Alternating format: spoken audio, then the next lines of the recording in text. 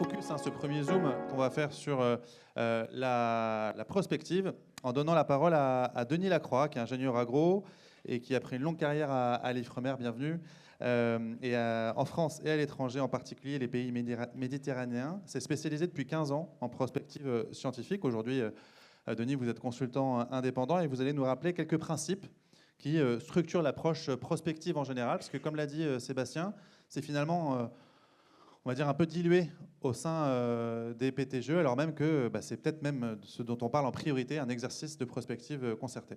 Est-ce que la prospective, d'ailleurs, c'est toujours concerté? Vous allez nous expliquer ça. Peut-être devant les micros, et je vais tourner l'écran, comme ça vous l'aurez vers vous. Ok, merci beaucoup pour l'invitation.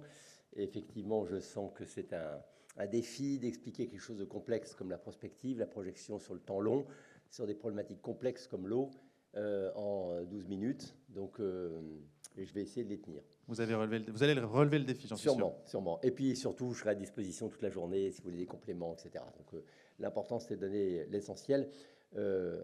Avant même de démarrer les diapos, en vous écoutant, je me suis dit, finalement, l'image la plus simple, c'est que la prospective, c'est la paume quand les doigts sont les disciplines. Voilà. Et la paume, c'est l'intérêt de se projeter aussi dans le temps.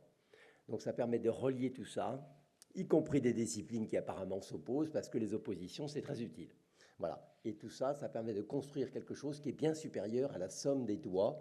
C'est une main, et c'est une main, on va perdre beaucoup de choses avec. Voilà. C'était même pas dans mon exposé. Alors, je ne sais pas par contre... La petite flèche de droite, ça va marcher. Regardez, ici. Ah, c'est ici plutôt.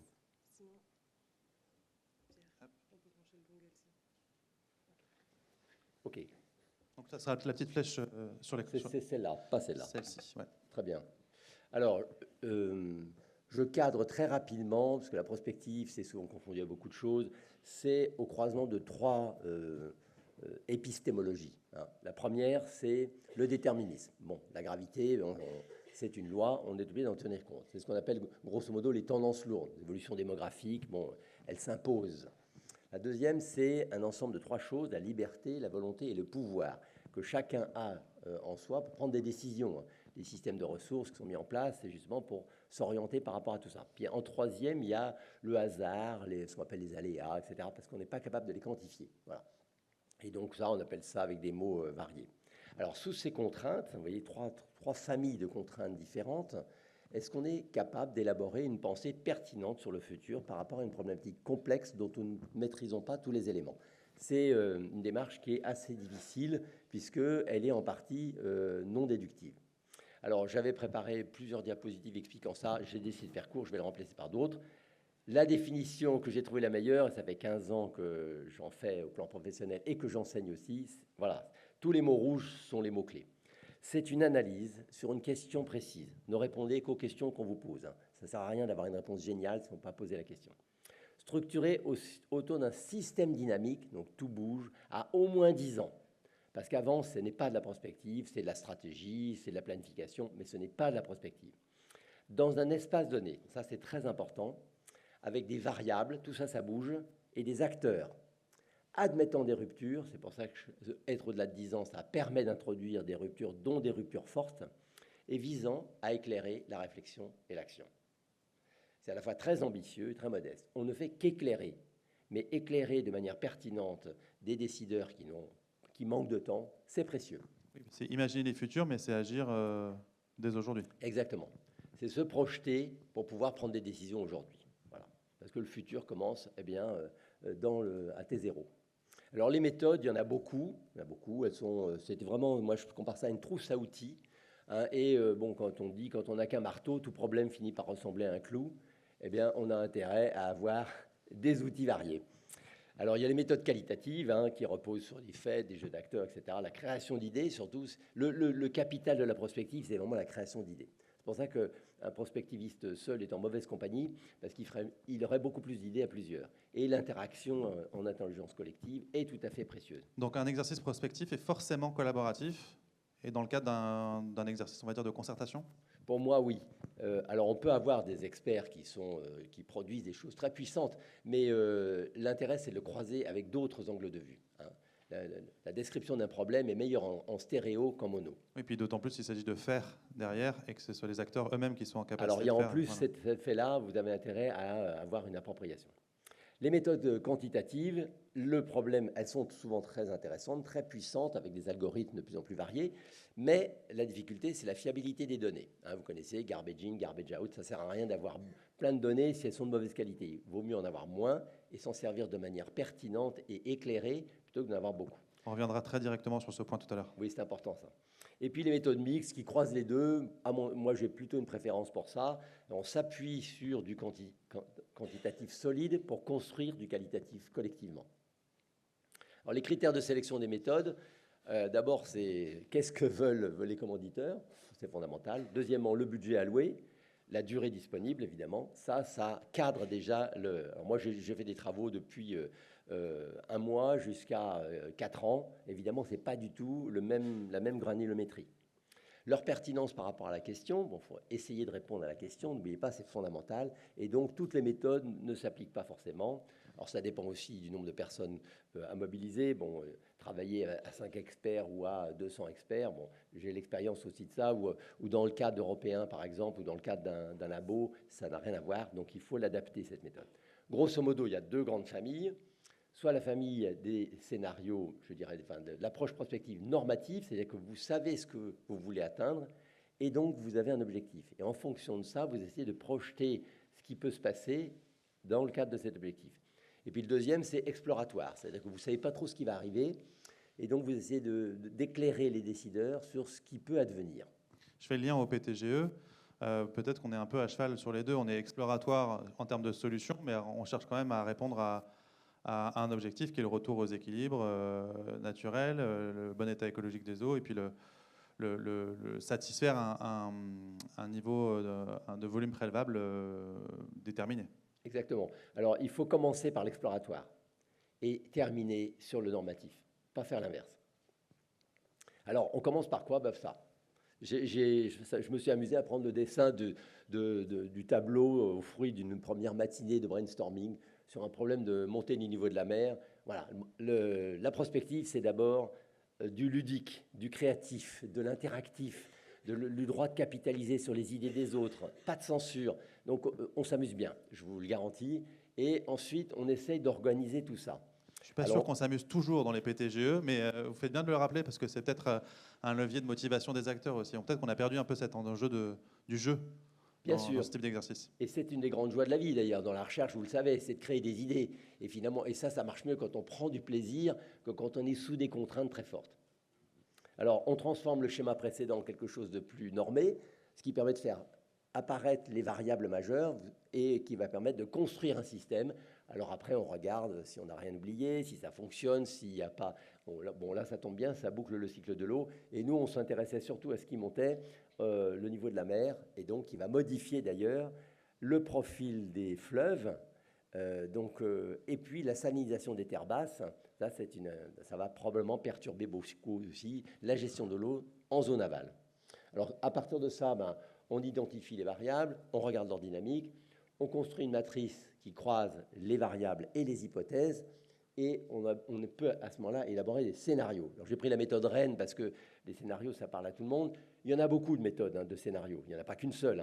Donc on peut utiliser différentes, je ne vais pas rentrer dans le détail, il y en a beaucoup.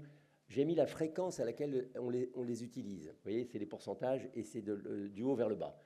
La plus classique, c'est prendre des séquences successives, parce que c'est très difficile de raisonner directement à 2050. Donc on prend des séquences de 10-15 ans, et là on dit, oui, il va se passer probablement ça. S'il se passe ça, alors, et on fait ça 2-3 fois par itération. Alors ça marche très bien, c'est très naturel, et on a une première famille de scénarios.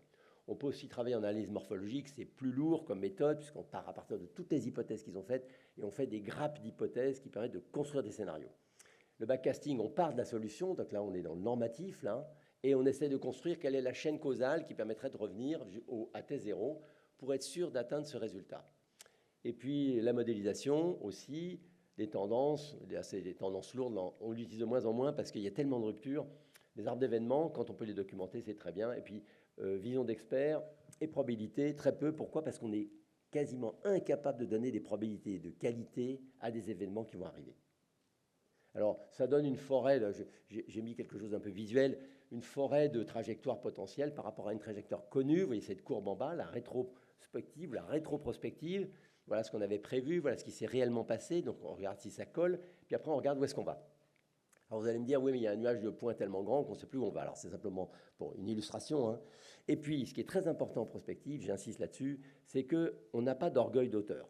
C'est-à-dire que quand on défend de la science pure et dure, déductive, etc., on dit, ah ben ça, je l'ai démontré, donc si vous m'attaquez, il faut que ça soit meilleur. Si jamais le commanditaire dit, j'adhère pas à vos scénarios, on fait reset. Aucun problème. On peut rajouter des hypothèses, changer de méthode, etc. Ce qui est très intéressant, ça m'est déjà arrivé d'ailleurs. C'est très intéressant parce que si en changeant complètement de méthode, on aboutit à peu près aux mêmes conclusions, ça veut dire que c'est très robuste. Alors, j'ai simplifié, c'est la fin. Hein. Finalement, dans les familles d'hypothèses, il y en a beaucoup. Quand on fait des variables, bon, quand on dépasse la trentaine de variables, ça devient très compliqué à gérer. Donc, on les simplifie. Et un futurologue américain, Edward Cornish, a identifié, en faisant des centaines d'études de prospective, que finalement, il y avait 6 grands critères qui revenaient tout le temps. La démographie, l'environnement, la gouvernance, l'économie, la société et la technologie. Et aujourd'hui, on rajoute même le contexte international, tellement il bouge. Avant, il était inclus dans la gouvernance. Il est tellement fort qu'on est obligé de la rajouter. Pas seulement depuis l'élection de Trump, hein, mais comme les choses bougent beaucoup aussi au contexte international, alors on pensait relativement stable. Hein, vous vous rappelez du livre de Fukuyama, La fin de l'histoire. Voilà, ben on aurait pu se passer du contexte international. Donc on sait très bien maintenant aujourd'hui que c'est une vaste blague, cette théorie. Donc on essaie de rajouter le contexte international. Et avec ces 6 éléments, vous pouvez, de manière certaine, traiter les problèmes qui vous sont posés en donnant plus ou moins d'importance à tel ou tel critère. En conclusion, l'intérêt de la prospective, c'est d'abord d'être un catalyseur de consensus. Il y a tellement de sujets conflictuels, l'eau n'est pas le moindre, hein. Et encore en France, on en a, mais quand je travaille beaucoup dans le Maghreb, c'est très vite extrêmement tendu. Donc on fait les guerres de l'eau, vous connaissez ça. Donc c'est un catalyseur de consensus pour avoir une étude collective des enjeux. Déjà, si on met les bons mots sur les bons problèmes sur la table, on commence à jouer avec les bonnes cartes. Ensuite, ça permet d'élaborer des programmes communs d'action. Voilà. Donc c'est finalement un excellent outil de dialogue. Hein. Le dialogue, le sens du dialogue, c'est de prendre le risque de la pensée de l'autre, hein, et de proposition. Voilà. On met ça sur la table et puis après on peut toujours discuter. Les prospectivistes sont des gens très souples au point de vue intellectuel. Ils se bagarrent jamais sur leurs conclusions. Pourquoi ? Parce qu'ils ne peuvent pas en être sûrs. Et donc, il faut avoir un esprit extrêmement ouvert, souple, labile, hein, de manière à s'adapter à des changements d'idées, à accepter qu'une idée soit meilleure que la vôtre. On ne met pas un petit drapeau dessus. Mais, il faut quand même, donc ça paraît peut-être un peu trop joli ce que je vous raconte, mais il y a quand même des problèmes qui sont récurrents, notamment le risque d'un impact limité parce que vous avez des lobbying très puissants. Bon, l'eau, ça va à peu près, mais il y a des domaines dans lesquels on sent très bien... Vous entendez que ça... ouais. Et encore. Ouais. Non, c'est des enjeux qui sont effectivement oui, extrêmement il y a des enjeux, bien sûr, parce que forts. l'allocation. Voilà, des enjeux de conflit d'usage ou d'anticipation de conflit d'usage qui sont très forts. Et surtout quand il n'y en a pas beaucoup, hein, quand il n'y a plus de foin dans l'écurie, les chevaux se battent, hein, c'est bien connu. Donc, deuxième élément, ne pas être publié au bon moment. Voilà. Ce n'est pas le moment où les gens ont ça en tête, etc. etc. Bon, il vaut mieux aller voir des décideurs en fin de canicule, hein, ils auront une oreille plus attentive qu'au plein milieu de l'hiver. Et puis, un effet de court terme. Ça, j'étais très surpris de ça. Même si vous faites une étude pour des structures respectables et qu'on vous donne une échelle de temps de 30 ans, vous pouvez dire qu'au bout de 5 ans, on va dire « Ah, mais il y a tellement de choses qui ont changé, il faudrait reprendre votre étude, l'ajuster, etc. » Vous avez compris, il faut faire reset parce que bon, vous avez peut-être aidé à faire changer les mentalités, mais pas pour très longtemps. Donc, c'est une école de modestie et d'écoute. Hein, donc, moi, je suis aujourd'hui à votre écoute. Merci. Merci à vous, Denis, pour cette introduction.